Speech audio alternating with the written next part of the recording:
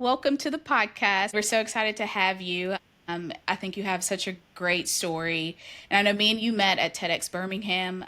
We actually did it the same year.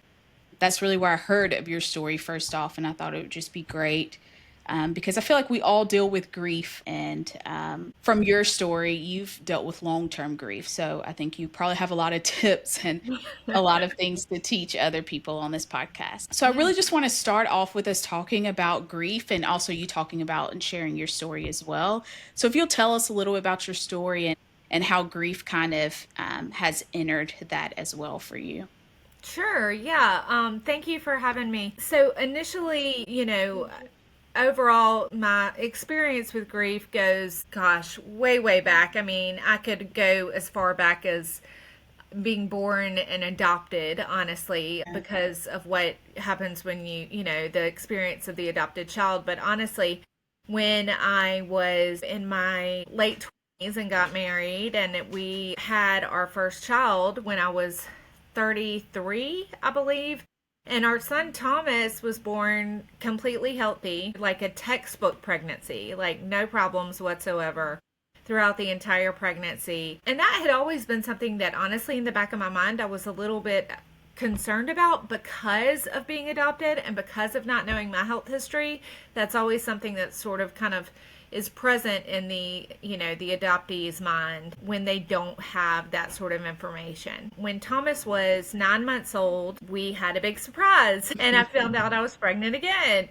We had found out that we were having a girl, and she had been having some more, a good bit more difficulties with managing her disease, and they had switched her medications and this and that. And unfortunately, she passed away. She ended up getting having a stroke, which was one of the rare sort of listed side effects from one of the oral chemo meds that she had been switched to.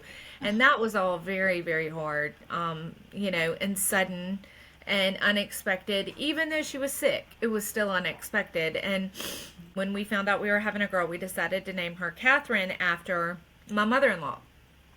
And so we had actually told her about 2 weeks before she died that we were naming her Katherine, which she was thrilled about. But that spring was really hard. But we had so much going on, right? Like I had a 16-month-old in the house that, and we were dealing with losing my mother-in-law, and it was all just a very challenging time. And so like my pregnancy sort of took a back seat to everything else that was going on. But at one point when I was around 24 weeks or so, I remember thinking like, gosh, like I feel so much bigger like now than I did at this point with my pregnancy with Thomas. Like there's just something doesn't feel right. I ended up reaching out to my doctor, and spoke to the nurse, and they said, well, you were just in a couple weeks ago and you got the anatomy scan, and the anatomy scan, everything was fine. And so, we'll just check you again when you come in a few weeks. Well, I went in for that next appointment, and my doctor walked in, and she took one look at me, and she sent me for an ultrasound. And I had excessive amniotic fluid. It's called polyhydramnios. And they, immediately did, checked everything. Of course, that is the worst feeling in the world. Anybody who's gone through it knows when you're sitting there and you know that the tech is looking, checking it out, they're taking all these measurements, and they see something, but they're not saying anything to you because they've got to talk to the doctor. And that was essentially what happened. And my OBGYN came in and she said, there's something going on and we don't know what it is, but we have you seeing the maternal fetal medicine specialist tomorrow. And I mean, I was in tears, obviously. And so I went into the maternal fetal medicine specialist the next day, and he said, you have something called fetal hydrops, which nobody has ever heard of. I mean, that's the sort of thing where it's like, okay, are you making this up? Like, Yeah. where are you pulling this What out is from? Because I've never heard of this. And basically what fetal hydrops is it's essentially it's a sign of some form of heart slash body failure in the baby where they are collecting fluid. They're free spacing in some way, shape, or form. There, it has to be like within two different spaces of the baby's body. And then it also has to be reflected in the mother's body, which is called mirror syndrome. So for the mother, it often presents itself with excess amniotic fluid, which is what I was experiencing, which is why I was Yes. thinking I'm much bigger than I normally Hmm. have been. And it was because I had so much amniotic fluid. And so for Katherine, she had pleural effusions, fluid around her lungs, and edema in her skin.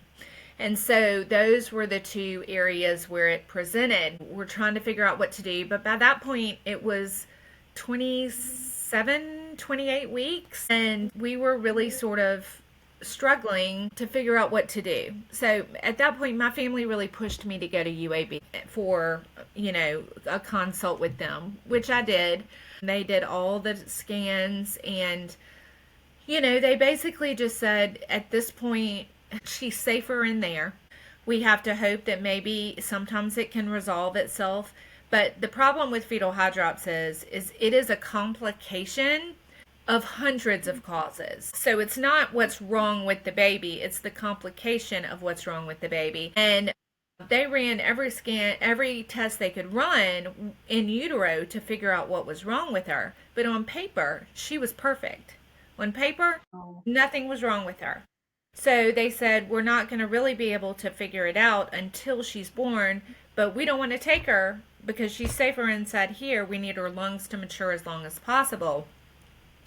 What I wish that they had really communicated to me far and, been more upfront with me was how bad her lungs really were, because they were really bad. I don't think there was anything to have been done differently, except I don't know that I would have fought for the 12 days that I did as hard as I did because of knowing that she really didn't stand a chance at Yeah. survival at all. Um, a normal amniotic fluid index is like, I think between 0 and 10 or something like that, or maybe 0 and 20. And mine was like at the end, it was like an 85 with her. Oh my Um, God.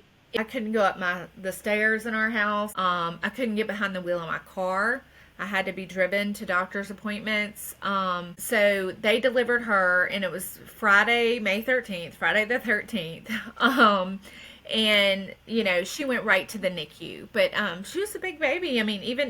Some of it was swelling, but she was over 9 pounds. We had her in there for 12 days before we ultimately made the decision to take her off support because she was getting worse and worse. And Yeah. those 12 days were a blur. I was in the hospital recovering from a C-section most of the time. And then once they discharged me, they allowed me to stay in a room down on the floor of the NICU, that they basically have for like the parents of the sickest babies to stay. And so I would stay there, but it was just this constant juggling because we had an 18-month-old at home, and then Ben was trying to work and, do what he could. And our families lived in Montgomery and Mobile. So they came up as they could, but Yeah. we were basically doing it all, by ourselves. And the night that she passed away, I had been there that day and she had had a really, really hard day. And she had also basically just swollen. She swelled up. She went from, in those 12 days, from like 9 pounds to about 16 pounds. And it was all swelling. She could not Mm. control the fluid in her body. And we never knew, they still couldn't figure out why. And while I was home getting changed and getting some fresh clothes and stuff, the doctor called and he said, we need to tap her stomach. She's not doing well. When are you coming back? When I got there, and they just said, we just think it's time for y'all to have a conversation. Most of the doctors and nurses, they can tell you pretty quickly and pretty easily, the babies that are there for a short stay just to kind of get their blood sugars regulated or, learn to kind of feed if they're a couple weeks early or whatever, versus the babies that are really, really gonna struggle to survive. And most of that time is just giving the parents time to come to that realization because you're in denial. You can't Mm. see it. That's your child. And so that night was when we just decided we couldn't put her through it anymore. There were no answers. She was Yeah. getting worse. And so the first time we held her was the last time we held her. Mm. We got to take pictures with her. And so we ordered an autopsy because we wanted to know, could this happen? Mhm. I still remember just like coming out from the hospital at it was about 3:30 in the morning by the time we left without her. It was like the dead of night and just driving home and that feeling of just feeling so alone and so just broken. My aunt gave me a big hug and she said I don't have anything to say because there's nothing to say, but she left me a card in the mail the next day and it just said someone I know and love deeply once told me that the reason why God chose to show people his love through the death of his son was because that is the greatest pain a human being can endure is the loss of a child. And she said, he knows your pain. And just hearing those words were a great comfort at that time. I do remember that. But life went on. I definitely went back to work way too soon because Yeah. my answer was to go to work. Yeah. I was probably back at work about a week after that. I needed something to not deal with it. I did Yep. not deal with it. Like, I admittedly did not process or deal with losing Catherine at all at Yeah. that time. I focused on that and that alone. Men and women, I think, have totally different like approaches to a loss like that. Me, like something inside of me wanted to immediately try again. And like I'm so glad we didn't, but just because I knew I wasn't ready, but like that was Yeah. my answer. Was like, well, let's try again. And Ian really was like, we have got to find out about the autopsy report. We need to wait. So we agreed on, okay, let's give it a year. That was a really wild year. Did what we had to do to both of us really just kind of not think about it, not Yeah. deal with it. We focused on Thomas. And but when we did get the call that the autopsy report was ready, we went in and we met with them and they said we think she had what's called a congenital chylothorax, which is essentially a leak in the thoracic duct. And we think that's what caused the fluid was the leakage Fluid. from the duct. And then we think when she kind of swelled up, you know, after she was born, that it was because the duct had ruptured. I said, so is this going to happen again? And they said, this is a congenital birth defect. This is like it would be like getting struck by lightning twice. It's not going to happen again. And I said, so are we clear to try to have more children when we're ready? And they said, yes, like you don't have to worry about a thing. It was such a relief. Yeah. So, we still decided to wait a year. And when I think it was like a day after what would have been Catherine's first birthday, I found out I was pregnant. Oh, wow. And that was truly terrifying. But at our first maternal fetal medicine appointment, everything looked good. I was seeing my OB before then, but he said, all I want you to worry about is what you're going to name this baby. And then at 12 weeks, they were able to tell that it was a boy. And he said, just worry about what you're going to name this baby. We decided to name him Micah. And we started to get a little bit more relaxed, like, okay, Yeah. you're doing good. I had started to feel him moving around 16 weeks and then at 17 weeks I went in for my next appointment and he had fetal hydrops. He was Ugh. presenting the exact same way that Catherine did. He had fluid on his lungs and he had swelling all throughout his body, swelling in his skull, deep in his skin. I was just in complete shock because, like we were literally reliving our worst nightmare. I Yeah. researched the heck out of like, what can you do if you catch this early? Because we caught it earlier. And I said, what can you do? Like, and he started researching it and we knew there were some options for something called intrauterine shunts. The nurse walked in and she said, well, I know he wanted you to come back this week because he thinks you are a candidate for shunts. And I was like, thank you. Thank you, thank you. It took 2 times because the first time he pulled the shunts out. Like he just grabbed it Oh, and pulled it out. And then, but the second try worked and he got enough of a good placement to where the fluid that was collecting was draining off. And so that we knew was going to be Micah's best shot. And yeah. everything else was up to fate. And so everything was going okay. I mean, except that we knew he was sick and we didn't know what caused it. Like, we still didn't know. But that also led me to on my own journey of deciding that I wanted to pursue trying to find out my biological roots, to find out, number one, if anybody else had had any problems like this, and Yeah. number two, to find out, even if they didn't, to make sure that people were notified that something is going on and that clearly there is something hereditary at play. Hmm. I was able to locate both sides of my biological family. My water broke at 26 weeks. They kept me in the hospital. I was on full bed rest and I was there at Thanksgiving and all our family was in town for Thanksgiving. We had a big old Thanksgiving spread, and for Thanksgiving they let me go off of bed rest. They let me get up, take a shower, which was great.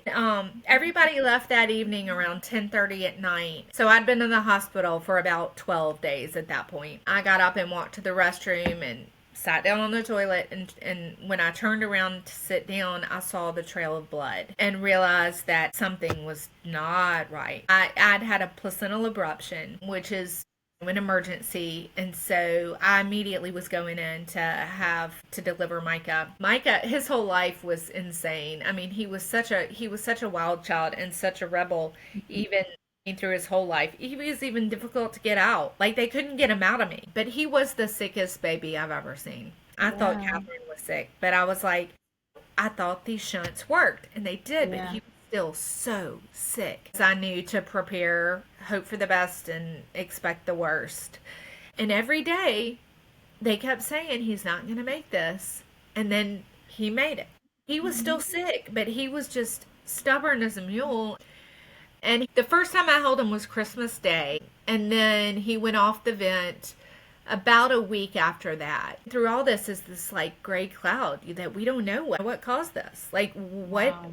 What's going to happen if we don't know what caused this? So during that process, they finally said, we got to transfer you to Children's. They're going to work with you on how to live with a child with special needs, because he is a medically complex child and we need to get y'all over there. So in total, we were in the hospital for almost 9 months with him Oh, in the wow. NICU. We were admitted into UAB Genetics Undiagnosed Diseases program, and they did DNA whole exome sequencing on all 5 of us. They had even kept tissue from Katherine's pathology and autopsy.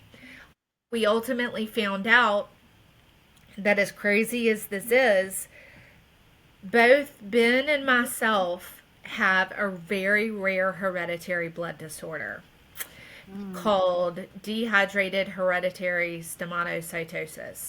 And You sometimes both do. we both do. And it's a dominant disorder.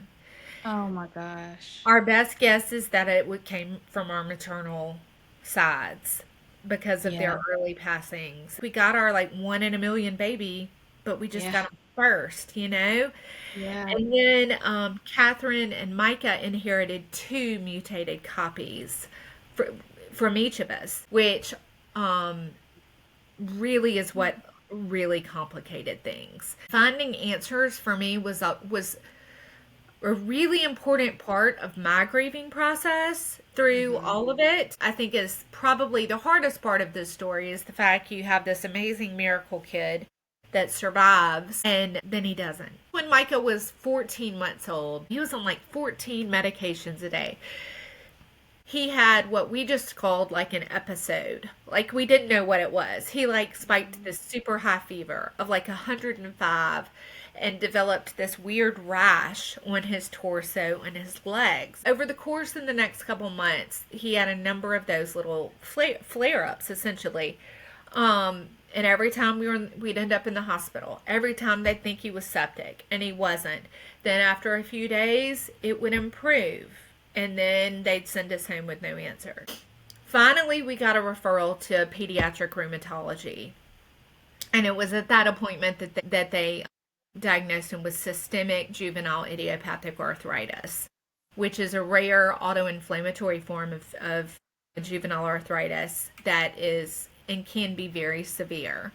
And his was definitely one of the more severe cases. In 2016, he spiked a fever of like 106. It was the highest we had ever seen it. And he was just, it was like from, he was okay, and then suddenly he wasn't. And one of the rarest complications of systemic JIA is something called macrophage activation syndrome.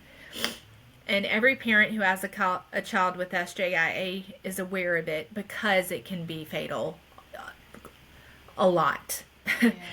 And so I knew that something about this flare was different. And so we took him to the ER, and they admitted him, and it wasn't 3 hours before he was intubated. By the time we got the labs back, it confirmed that he had MAS, and there was very little to do. They were already doing what they would do. Yeah.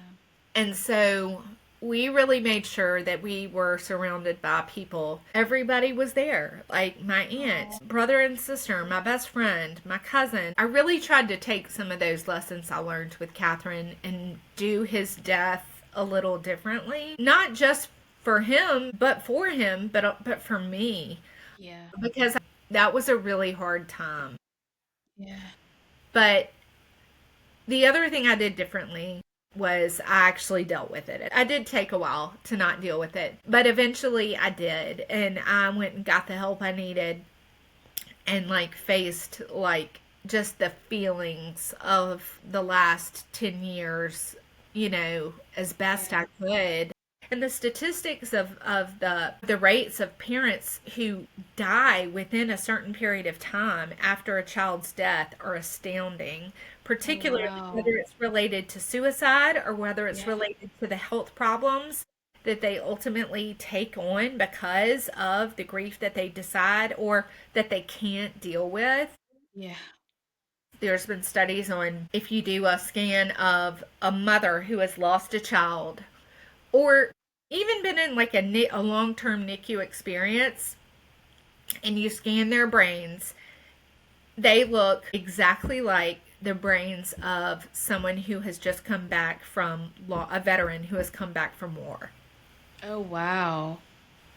So, I mean, yeah. And just the PTSD of it and all of it. It's just the constant state of alert and like, trying to keep somebody alive. Yeah. What has grief taught you? I think it's taught me to be a little more forgiving of myself. Like I have, honestly, I've really grown to learn how to self-advocate a lot more and speak up for myself, and also like for me, talking about it has been the most helpful thing, and just and writing about it has been really helpful. I remember one of the first things I said to my boss was, listen, there's a few things you need to know about me that you may not already know. Because they knew about Micah. I said, I also lost another baby. And I said, and she died, like almost 5 years to the day before Micah did. So I need you to know that on May 13th, on May 10th, on May 25th, and on November 22nd, I do not work. I take those days off. And I said, if that's going to be a problem, then like I will need to figure that out. And of course, it's never a problem when you're just able to kind of talk about it and own, like, this is what I need for me to stay sane. This is what I need. And really self-advocating and not being afraid to say that like it's a bad thing, but just kind of own it and own the fact that their loss, it's significant. And even though I have worked through so much of it, it's significant every day. Like every day I remember that they're not here, Yeah. or I see something that reminds me of them, or I look at their picture. It's all encompassing if you let it be. I always wear this necklace and it has like his thumbprint and it has an urn. Oh, It has like a little urn that has a little bit of both of their ashes in it. I'll rub his thumbprint a lot when I wake up at night because I can still feel the just things like that to kind of help center me because there's not really a right way to deal with it. But the wrong way is not dealing with it. mm-hmm. That is definitely, I can attest that it is absolutely the wrong way is just Yeah. not to deal with it because that just does nothing but hurt more people. It hurts you and it hurts the people who still depend on you and love you. Yeah. You mentioned therapy as well. How long have you been in therapy and how much has that helped you also? So, therapy was a really, really, really important part for me early on. I was in some therapy when Micah was still alive, and I remained with the same therapist for a number of years who honestly saved my life. I had been to therapists throughout the course of my life for different things, and I have always really appreciated like the process that I typically do when it comes to therapy is like find that I will seek them out for a season. And I pick a therapist based on that season because not every therapist is suited for every season. I'm not the type of person that really believes in seeing the same therapist for your whole life because not every therapist is meant for every season. They Yeah. all have such different specialties and such unique experiences. And but the woman I saw here during the time that Micah was here, she was a lifesaver for me. She really encouraged me to put myself first and to be selfish about some things that I had never really been selfish about before. More along the lines of like self advocating because of the fact that I had been through some things that other people haven't, and I need to keep that in mind personally. Later on, when I decided to really deal with my grief, did a residential program up in Tennessee. It was not a long one, it was like a 6-day residential where you basically get like a year's worth of therapy in like 6 days. But it was a program specifically for parents who had lost children. I learned there to tell how to talk about it without breaking down in tears. And then I also learned that it was okay if I did cry. Like, it's not going to hurt Mm-hmm. anything if I cry. It's pretty normal. We worked a lot on things like storytelling. And honestly, aside from that, the best thing to come out of that was the people that I met. We all have a very common bond in how drastically it changes a life. There's all these things that happen quite often to families that endure the loss of a child for multiple reasons. Therapy really for me more than anything has taught me how to just feel my feelings without shame and without feeling like I have to apologize for my feelings. I stopped trying to like tell people it was okay. I used to be like, it's okay, no, it's okay. And You're I don't, comforting them. yeah, Yeah. and I'm comforting them. And now I don't Yeah. do that. I'm just like, thank you so much. Like, that's just what I do. I appreciate it. And that's all I say, Yeah. but I don't comfort them anymore because it's not, I got my own stuff. I don't need It's to not for comfort. you to do. No, No. it's not for No. me to comfort, you know? Wow. You've kept their stories so alive. And I can tell that that's something that's very important to you. It's keeping both Catherine and Micah's stories alive. Tell me, even just in your journey of knowing them, what Micah was 3 years old, am I right? Yeah. Up until 3 years old of knowing both Catherine and Micah, what they taught you about life. Catherine is a little bit harder for me because I still have all those questions of like the what ifs of like what would Mhm. she have been. But even in her little life, it taught me to appreciate so much more, appreciate every minute, even with Micah, knowing that that could be the last day. It's weird to put it in like a negative because I don't mean it to be a negative, but you aren't guaranteed a perfect ending and you aren't guaranteed some wonderful experience. Micah really taught me a lot about like just being so strong. He was in constant pain.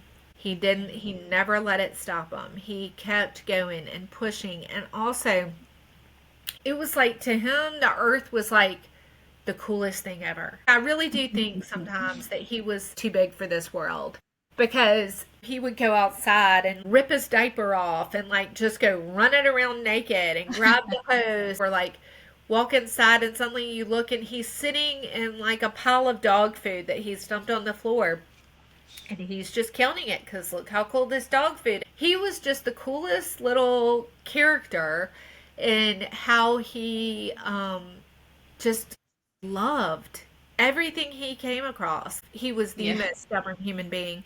And I know that's what kept him alive. Yeah. That's what it Um, sounds like. and he taught me it's okay to be stubborn. Yeah.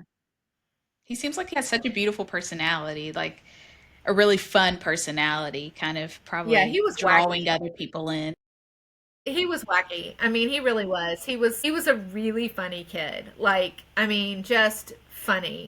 For a kid that spoke so few words, he knew how to communicate really well.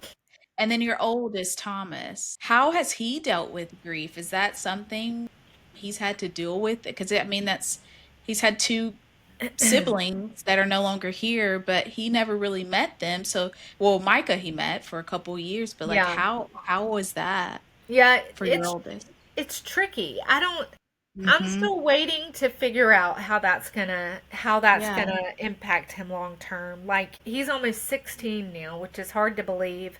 Wow. Um and Micah died when he was 6. And I still remember when we had to pull him out of school the day Micah died and tell him, and he remembers it too. I've asked him and he Yeah. remembers that day and he remembers that moment. And he has memories of Micah. They're fairly hazy, but he does Mhm. have memories of him, and he has certain things in his room that were Micah's that he has chosen to hold on to. Oh. And we have pictures. Pictures all in the house of the two of them and stuff. I mean, after Micah died, um, he asked a lot of questions like, "Well, why were they sick and I wasn't?" Like some of the Mm. survivors kind of guilt Yeah. Yeah. questions. At that time, we just said, I don't know. Like, that's the Mhm. answer. Like, none of us know. It's just how it happened. And we are so grateful that you weren't. Like, Yeah. there's no way. It's not like we're happy that they were and he wasn't, but Yeah. we're sad that they were and we're so grateful he wasn't. I'll be like, your brother's birthday's coming up or your sister's birthday's coming up, or I just want to let you know tomorrow's the day that Micah died, and so I'm going to take some time for me. Do you want to go do anything? Sometimes he Mhm. says yes, sometimes he says no. I have been really just careful to not place my experience of grief onto him, the approach we've taken with him. Yeah. Just just be watchful and mindful and openly talk about it, not Yeah. dwell on it with him. Yeah. I think that's beautiful advice too, just for anybody out there that has a child that may be thinking of survivor guilt and Yeah. not understanding how to. Yeah. The question we've gotten the most has been related to the genetics. Like how is it Yeah. with somebody like that I would just be the one to not get any of these things and they get two mutated copies, and when you don't have an answer, there's not an answer. We don't know. Yeah. And sometimes I think just being honest with your kids about the fact that you don't know and you can't explain it either is just as helpful as having an answer, because then at least they know they're not alone, that they may not understand but you don't understand either, and that's okay. Mhm. You touched on earlier about how losing a child or losing children also just it affects so many other areas of life. I mean, you've touched on it, and we don't have to go into depth on it, but I know you touched on like divorce and how it's impacted so many other areas. What would you say to somebody out there that, maybe has lost a child and is trying to figure out how to navigate that and work and every other area of life? Like, what would you tell them? I think, you know there are some marriages that survive it, and there are plenty. And I think ours had multiple layers and nuances and reasons to it, and we remain very good friends and probably have one of the most well-adjusted divorces in the history of divorce. That was our priority, really, was to do everything we could to make sure that Thomas felt as cool as possible with it. And like Hmm. he's even said before, he's like, I don't get it. Like some of my friends, they act like the world is ending when their parents are getting divorced. And I'm like, what's the big deal? And he said, I don't know, maybe it's because y'all just like did it different or whatever. We have this one child, one precious Hmm. child left in this earth, and we are going to do whatever we can to make sure that we don't cause any extra stress or strife in his Yeah. life, and we are much better parents separately than we were together. I still go through life with him. Hmm. It just looks different because it so drastically changes your world and turns everything upside down. It changed my sort of not career path, but sort of the focus, knowing that I wanted to work within still a nonprofit sector, but more focused in health advocacy Hmm. and the patient experience. I think finding opportunities like that, to anything that you can use to channel your grief into a way that you know is doing some good, has really been an enormous source of comfort for me. Yeah. Um, and has really helped me be able to kind of find a new sense of normalcy. That life is dead. You have a new life and you have to figure out how to live it, is one of the most important parts about grieving that loss and going through something like this. That's a good way to put it. I mean, it is. It's a new life. It's a new normal for you. And Yeah, you are kind of grieving that life before as well. right. Yeah. Thank you so much. I totally enjoyed this. I feel like I learned a lot as well, just about what you've gone through. Mothers and fathers go through as well, grieving the loss of a child. And I really hope it speaks to somebody out there that may just need some words of encouragement, or to feel less alone, like you said, to feel less Good. alone when they're going through that. So thank you so much I for hope so joining us. too. And I appreciate you asking me to do this. Yeah, absolutely. Thank you again.